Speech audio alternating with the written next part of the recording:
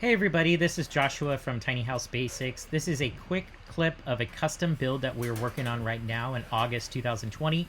This is a 36 foot long by 12 foot wide quad axle Tiny House Basics trailer. The square footage on this tiny house will be 423 square feet for just the bottom floor.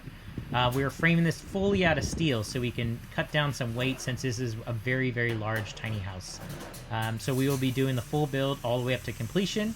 You can see right here we have frame for a 7 foot by 3.5 foot accordion window, and we'll pop in right here, and this is going to be the future spot for the bathroom, looking back into the living room towards the kitchen on the opposite end. And we have big 12 foot wide lofts in the upstairs, and we'll eventually have a catwalk that attaches both lofts. So yeah, this is just a quick little update of the build that we have going on.